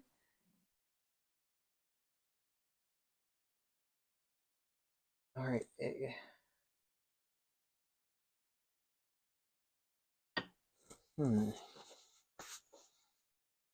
Could be a crack. A slight word. Oh no, it's just a rough casting. Okay. No, it's not a crack. Okay, good. I really don't want to split the cases on this. Because I don't think there's any problems in here. No weird play on the rods. Perfectly smooth. Yeah. So really rather leave this motor alone inside. Okay. So let's tilt it over now. I don't know if we can look at this or no. Let's try and reposition this. It's hard to get this thing to stay down.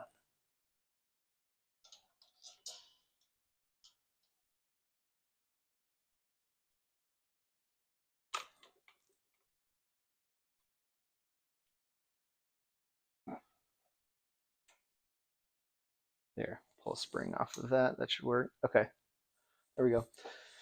So last step, let's pull the oil pump off. It's going to need to get checked out.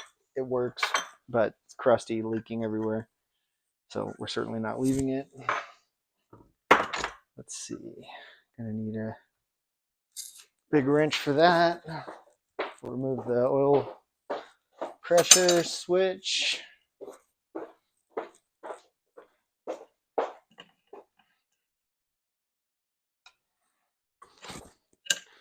Just to get this out of the way.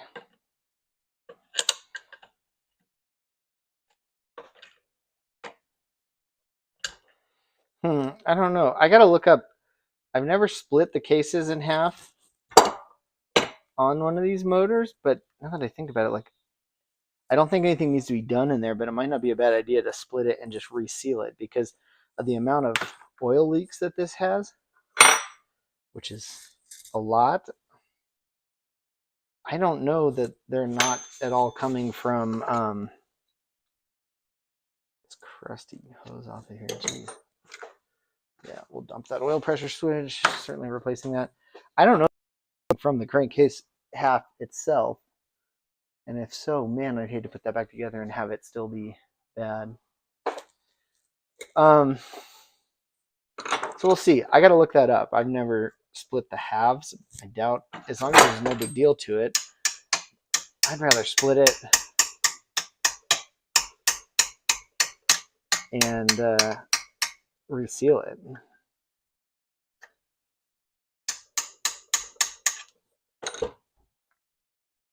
But I have no clue if like it's a gasket or maybe just a sealant. I'm not really sure. Okay, let's remove these oil line fittings. Probably gonna redo those somehow. Okay, so we need a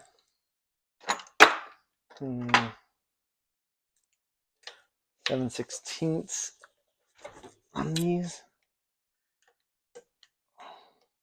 There's very little clearance to remove them behind the oil line fittings.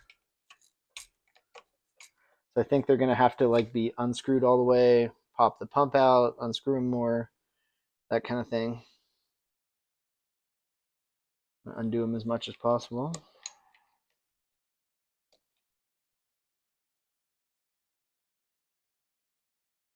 Okay. Okay, those are loose. And then I think we have one right here.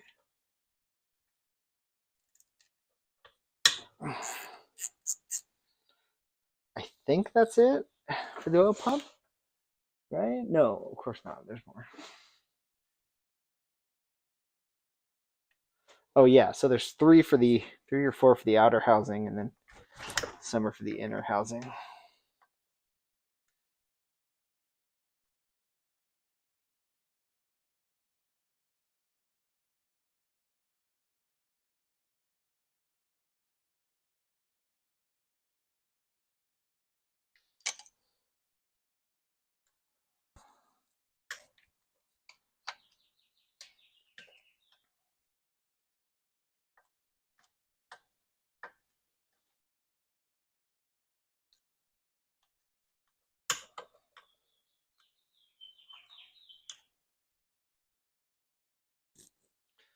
All right. Get all these loose. Put down a new paper towel over here for the oil pump.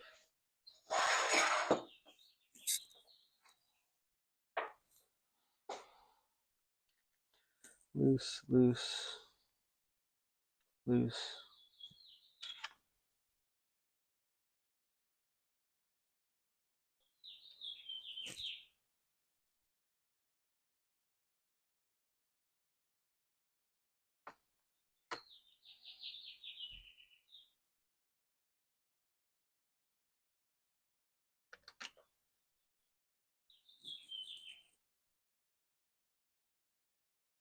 Okay.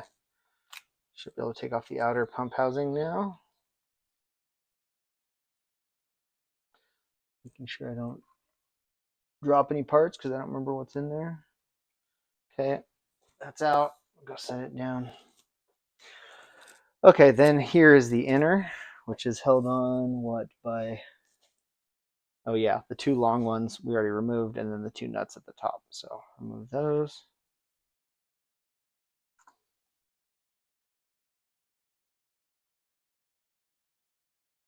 Okay.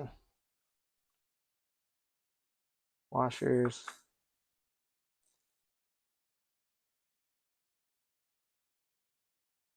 Okay, and then is that it? Do I have to take off a clip? I forget. For some reason I was thinking there was a C-clip. Is that it? Yeah, C-clip on that shaft right there. Okay. I think I need my even smaller set of snap ring pliers for that. I think I got a smaller one. Maybe.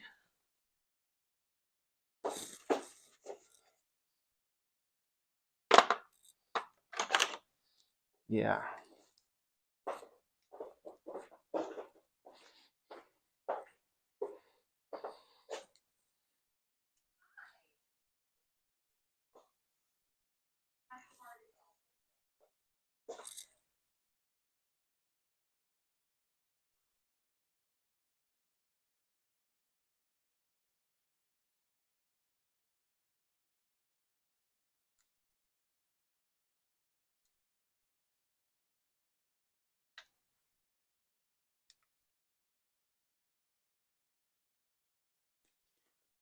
Oh, dang. Even my small ones are slightly too big. All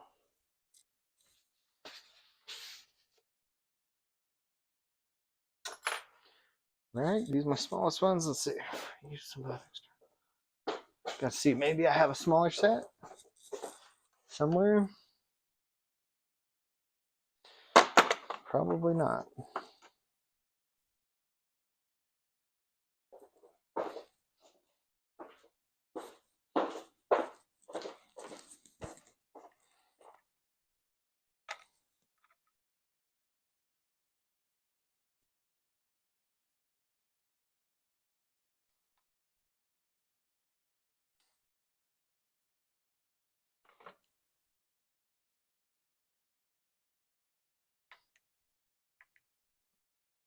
Dang. No.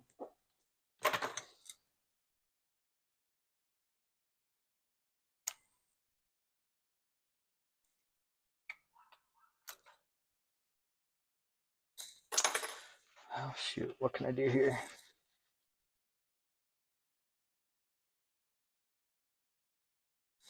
That is the smallest. I've taken one off before, though, so it's a tiny snap ring.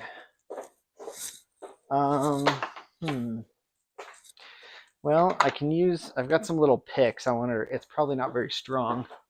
I wonder if I can use two angled picks and pull it away enough. That's worth a shot. Let's try that. I doubt it's very strong, so if I can just separate it a little bit. Okay, put these picks in place. Let's see here.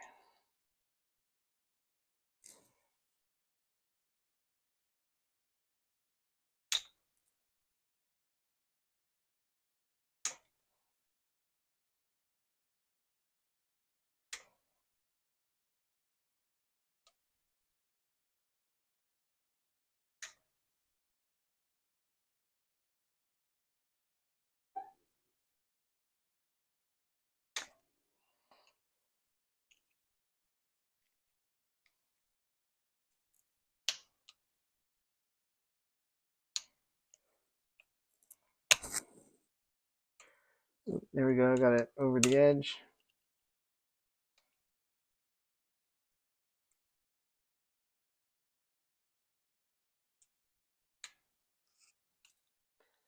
There it is. Okay, got it out. All right.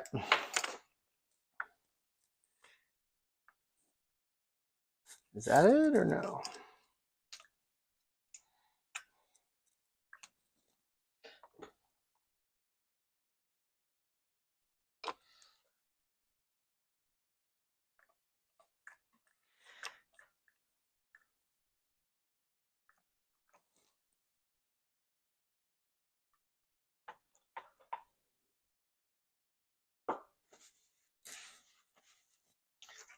Pretty sure that was it. And then you just tap it just pulls off the shaft, but it's kind of tight on there.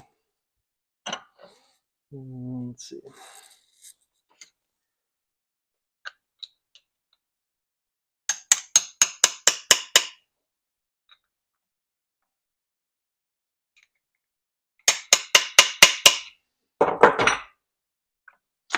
Oh, that's right, because this shaft, it's just tight, I think, because there's a key. That shaft rides on a key, so it's like, come on, probably binding on the key a little bit.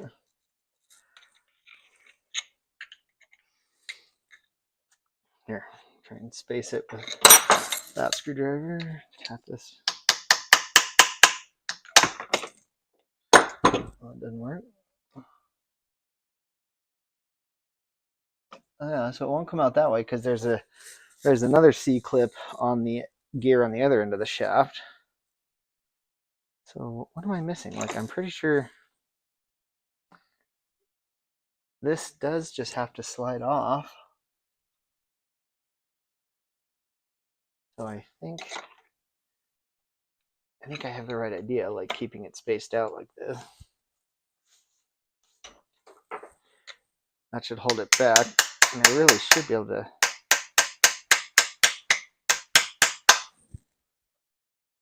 tap that through. It's pretty close. What else can I do to space it out further? Bigger screwdriver, if I have room.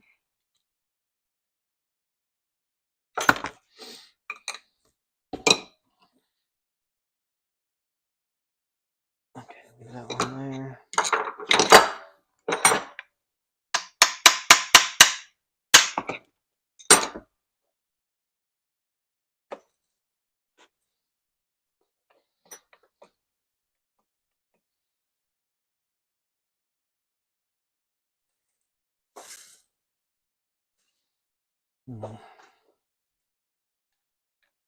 Oh, there we go. Yeah, just stuck on the shaft on the keyway. Probably not using factory authorized service methods here, but okay, sweet. Okay, got the gear off. Get the key out. Okay, sweet. All right, so there's a Woodruff key. Gonna slide it into the gear so I don't lose it. Put that over there. Now, this slide out. I think. Yeah, there we go. And there's the inner gear, which I'm gonna remove. Put in here along with its key. Right there.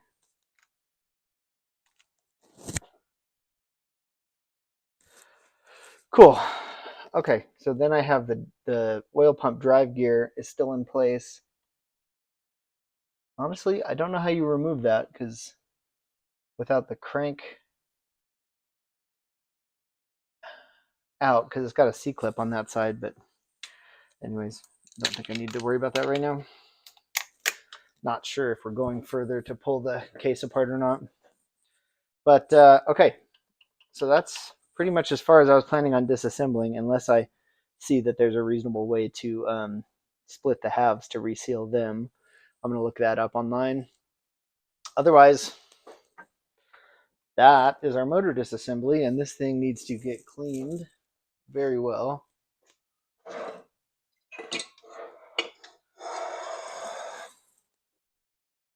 And then making some room over here. Then I got to figure out a bunch of stuff like gaskets, what parts we're putting back in the motor, if we're doing a new top end, blah, blah, blah. A lot of stuff I'm not sure on yet. So I'm going to move the motor over here to my other bench so I can clean all this out. I'll cut the new piece of wood. Yeah, so I think that's it for today. I took long enough. Transmission honestly worked fine. I'm not really planning on doing a lot to it other than just new gaskets, but we'll take the cover off and look at it. But I need to rearrange some stuff and make more room, so we'll do that next time. So right on. Well, cool. Thanks for watching the project and for checking out the motor teardown. Hope it's helpful, and we'll keep moving on it soon. All right, see ya.